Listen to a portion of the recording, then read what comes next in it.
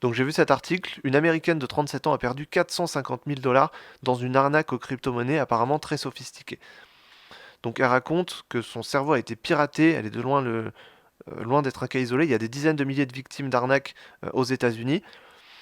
Et c'est une application, donc en réalité c'est sur une application de rencontre il me semble, une rencontre en chair et en os, lui a envoyé, donc le gars lui a envoyé des fleurs pour la Saint-Valentin alors qu'elle venait de divorcer. Au fil de la conversation, euh, il lui propose donc un placement qui lui permettrait de prendre une retraite largement anticipée. J'ai accumulé tout cet argent, toi tu veux vraiment travailler jusqu'à 65 ans. Donc ça c'est la promesse classique qu'on voit habituellement sur les crypto-monnaies.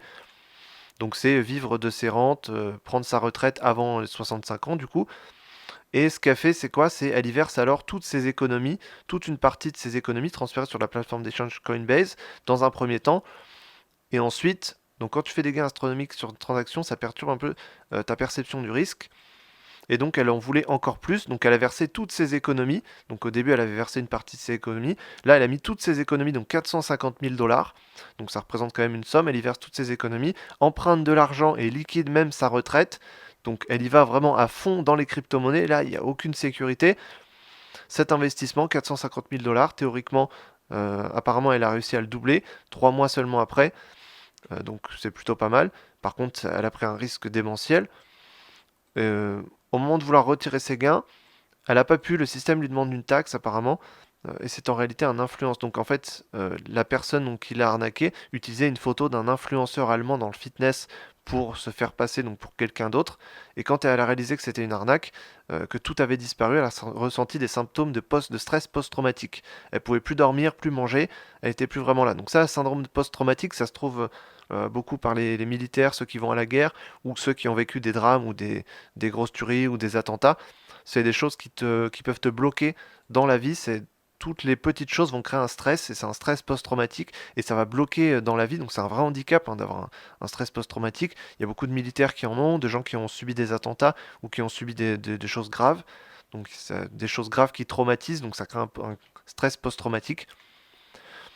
Donc elle s'est faite laver le cerveau par un arnaqueur.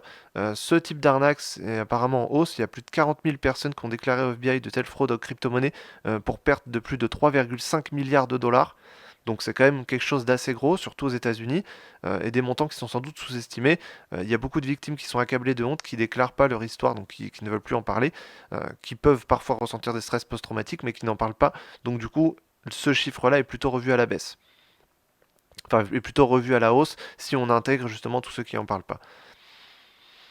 Face à un processus destructeur, voilà, donc elle est suivie par un psychologue et elle retrouvera jamais son argent. Elle a déménagé vers un logement moins coûteux et oui, elle a des nouvelles dettes. C'est ça parce qu'elle s'était endettée pour pouvoir investir dans de la crypto-monnaie.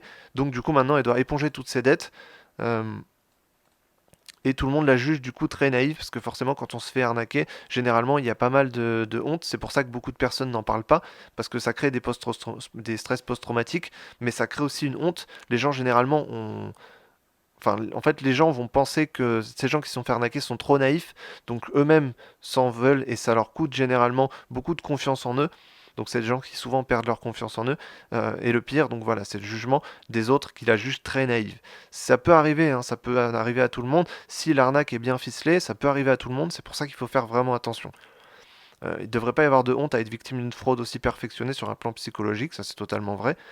Une avalanche de victimes chaque jour, elles ont subi un vrai lavage de cerveau. Donc voilà, on voit, c'est un article qui m'a parlé, que je trouve assez choquant parce que c'est des choses qui arrivent souvent, dont on parle quasiment pas, et pourtant sur les crypto-monnaies, il y a quand même beaucoup d'arnaques parce qu'il y a eu un grand engouement sur les crypto-monnaies, donc il y a beaucoup de gens qui se sont lancés, il y a beaucoup de gens qui ont réussi à gagner beaucoup d'argent, donc ça a attiré beaucoup de gens dans les crypto-monnaies, mais il y a plein de gens qui connaissaient complètement rien aux crypto-monnaies et qui ont mis tout leur argent sur la première crypto ou sur le premier projet qui venaient, et dès qu'ils ont vu que ça faisait un peu de gain, ils mettent toutes leurs économies, comme ça s'est passé là.